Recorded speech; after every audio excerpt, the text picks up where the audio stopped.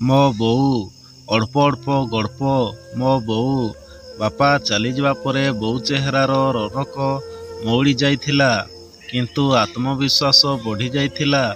ଏତେ ବଡ଼ ପରିବାରକୁ ଏକତ୍ରିତ କରି ସବୁକିଛି ସମ୍ଭାଳି ନେବା ଏକ ଚ୍ୟାଲେଞ୍ଜ ଥିଲା। ସେ ସମୟର ମୁକାବିଲା କରିବାକୁ ପଡ଼ିଲା। ଯେତେବେଳେ ଭଗବାନ ବି ମୁହଁ ଆଡ଼େଇ ଆମ ପରିବାରକୁ ଦେଖିବାକୁ ଚାହୁଁନଥିଲେ, ବୋଉ ମୁହଁ ଖୋଲି କିଛି କୁହେନି, ସବୁ କାମ କରି ନେଇଯାଏ। ଅସାଧାରଣ ସାହସ ତା'ର ଥିଲା। ଗାଁରେ ଏତେ ବଡ଼ ଘର, ବାପାଙ୍କର ନାଁ ଅଛି। ମୋ ଦୁଇଟା ଭଉଣୀଙ୍କୁ ବାହାଘର କରେଇଲା। ଆମମାନଙ୍କୁ ବାହାରେ ରହି ଚାକିରି କରିବାକୁ ପରାମର୍ଶ ଦେଲା। ଏକ ଅପସନ୍ ବି ରଖିଥିଲା, ମନ ନ ଲାଗିଲେ ଚାଲି ଆସିବ। କିଛି କଥା ନାହିଁ।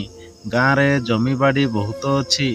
ଭାଇମାନଙ୍କ ବ୍ୟତୀତ ମୁଁ ବାହାରେ ରହିଲି। ବାହାରେ ଘର କରି ପରିବାର ସହିତ ପ୍ରବାସୀ ହେଇଗଲି। 10 ଥର ଫୋନ୍ କଲେ 50 ବାହାନା କରି ମିଳିବାକୁ ଚାଏ। ଏଥର ଏକୁଟିଆ ଆସିଥିଲି ଗାଁକୁ। ବୋଉ ଚେହେରା କ୍ଷୀଣ ଦିଶୁଥିଲା।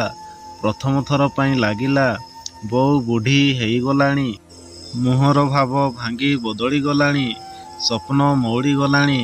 କେଉଁ ପୁରୁଣା କାନ୍ଥର ଭଙ୍ଗା ଚିତ୍ର ପ୍ରତିମାଟିଏ ଭଳି ଦେଖାଯାଉଛି।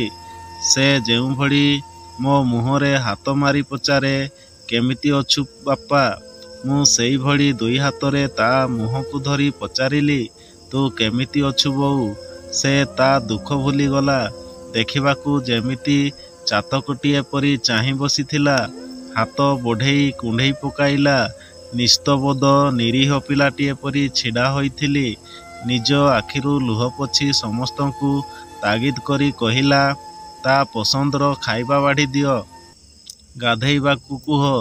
ପଛରେ କଥା ହେବ। 83 ବର୍ଷ ମା'ର ଶ୍ରଦ୍ଧା ଏକ ସ୍ନେହ କାଙ୍ଗଡ଼। ପୁଅ ପାଇଁ ସବୁ ଯେମିତି ବର୍ଷା ପରି ବର୍ଷି ଯାଉଥିଲା।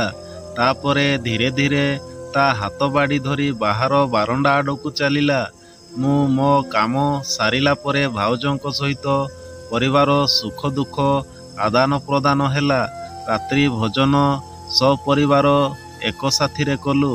8 ଦିନ ଆଗରୁ ବୋଉ ମୋ ପାଇଁ ଖାଲି କରିଦେଇଥିଲା ତା' ଶୋଇବା ଘର। ସେ ତା' ଖଟ ଆବଦ୍ଧ ଘର ଅଗଣାରେ ବିଛେଇଥିଲା। ମୁଁ ରାତିରେ ବିଶ୍ରାମ କଲି। ଜଲ୍ଦି ନିଦ ଆସିଗଲା। ସମ୍ଭବତଃ ରାତି 1ଟାଏ ଖଣ୍ଡ ହେବ।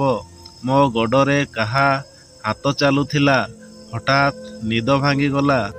ବୋଉ, ତୁ କ'ଣ କରୁଛୁ ବୋଉ? ସେ ମୋ ଗୋଡ଼ ମୋଡ଼ିବାକୁ ଚେଷ୍ଟା କରୁଥିଲା। ମୋ ହାତରେ କ'ଣ ଆଉ ଜୋର ଅଛି?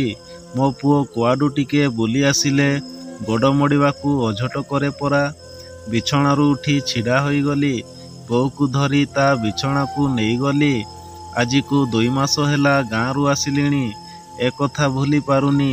ମନେ ପଡ଼ିଲେ ଆଖି ଓଦା ହେଇଯାଉଛି। ବନ୍ଧୁଗଣ, କାହାଣୀଟି ଯଦି ଭଲ ଲାଗିଲା, ଲାଇକ୍ ସବସ୍କ୍ରାଇବ୍ କରି ବେଲ୍ ଆଇକନ୍କୁ ଦବାଇ ଅଲ୍ ଉପରେ କ୍ଲିକ୍ କରିବେ। ଧନ୍ୟବାଦ।